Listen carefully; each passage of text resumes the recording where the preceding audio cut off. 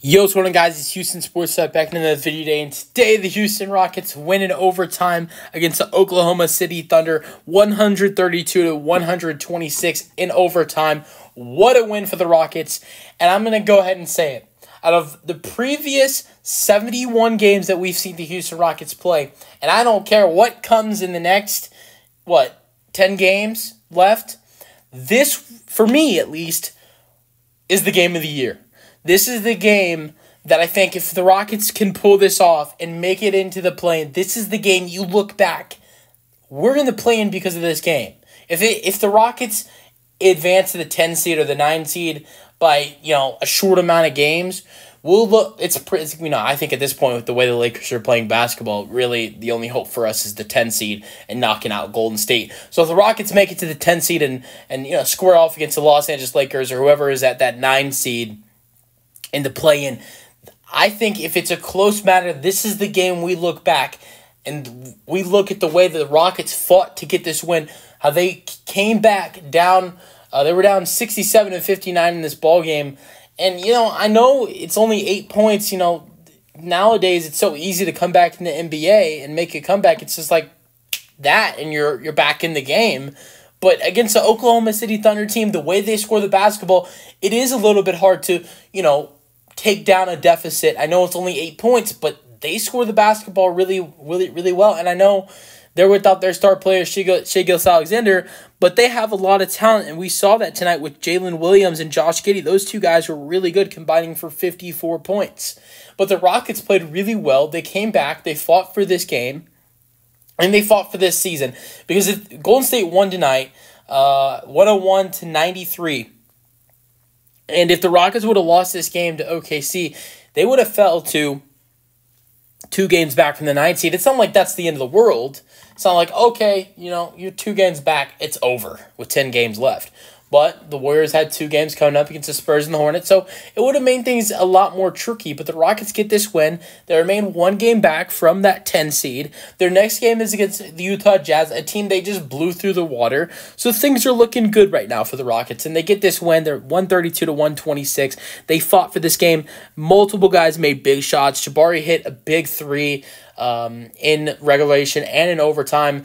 He had a big 3. They were up 118-114. He had a 3 to make it 121-114, which really kind of helped the Rockets get this win in overtime. And then going to regulation, Jalen Green found Jabari Smith Jr. wide open in the corner for a big shot to give the Rockets a 112-109 lead, and I think that was to make it 111-109, and that was a big shot for the Houston Rockets. So Jabari hit 2 clutch shots. Dylan Brooks hit 2 clutch threes to start off overtime, which was big for him.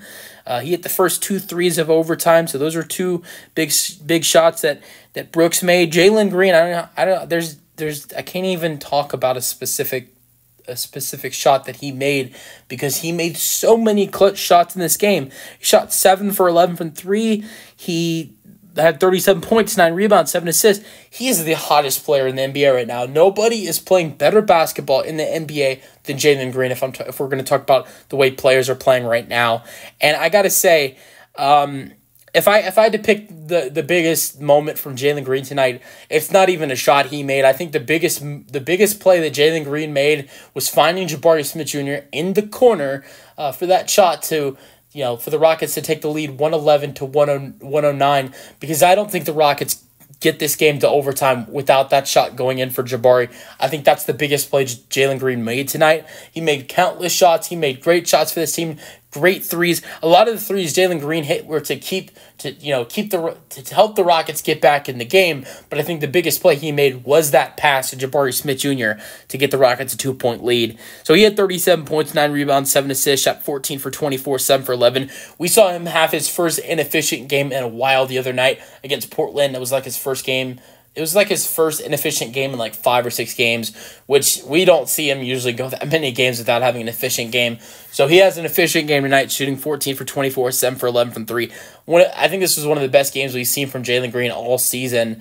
I know we've seen him reach 41 and 42 throughout this winning streak, but I think this is the best basketball he's played in a single game.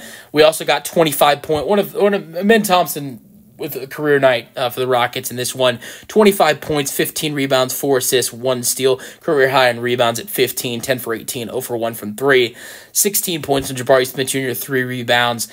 Also 13 points, 6 assists, and 3 steals for Fred VanVleet. He was great for this team defensively. Made some I think 2 of his 3 steals, if not all 3 of his steals, were all clutch steals in late in the game.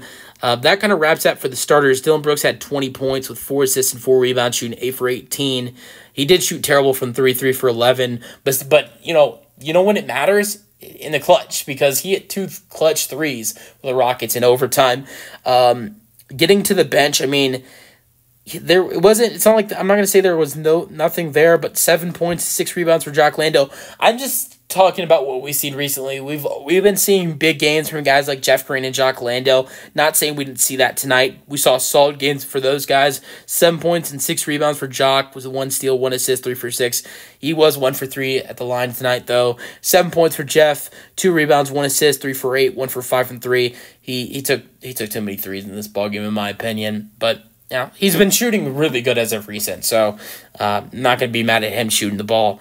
But he wasn't feeling it. 3 points for Reggie Bullock Jr. He came in the game for 6 minutes, took 2 shots, went 1 for 2. Jayshawn Tate, 9 minutes, 0 points, but did have 2 steals, so that's really nice. 1 rebound. He had to come in late. He had to come in early in the game, 2 minutes in the ballgame, because Jabari did get in foul trouble early. Had 2 fouls in the first minute and 59 seconds. Aaron Holiday played 11 minutes, scored 4 points, 2 assists, 2 rebounds. Thunder, Chet Holmgren fouled out, only played 18 minutes, 2.7 rebounds, 23 points for Jalen Williams, 10 assists, 31 points for Josh Giddey, 7 rebounds, 4 assists. And I'm gonna get straight to the point here. Anybody comes in here and says, "Oh, Thunder without Shai Gilgeous-Alexander or Chet Holmgren," don't say that, because the Rockets are just as shorthanded. I mean,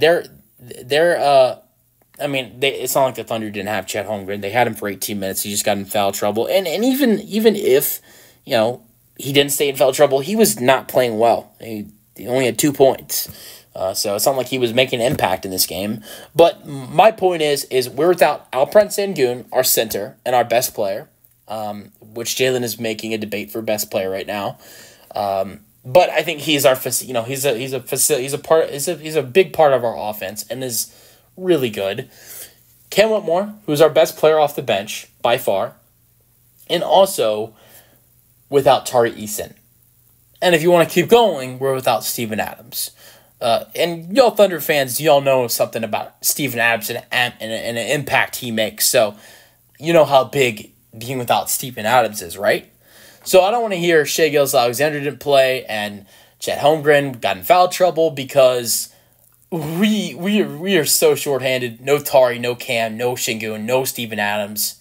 There are no excuses for this loss for y'all, because I see so many online excuses, whether it's on X, Twitter, whatever the hell you want to call it, YouTube, whether it's on my channel or it's the highlight video from NBA or Bleacher Report, whatever the hell it is, or Instagram. So many excuses from some of these NBA fans with the way the Rockets are winning right now. We are so shorthanded, so I don't want to hear that they didn't have Shai, because we don't have Sengun and we don't have 3 other impact players on our team.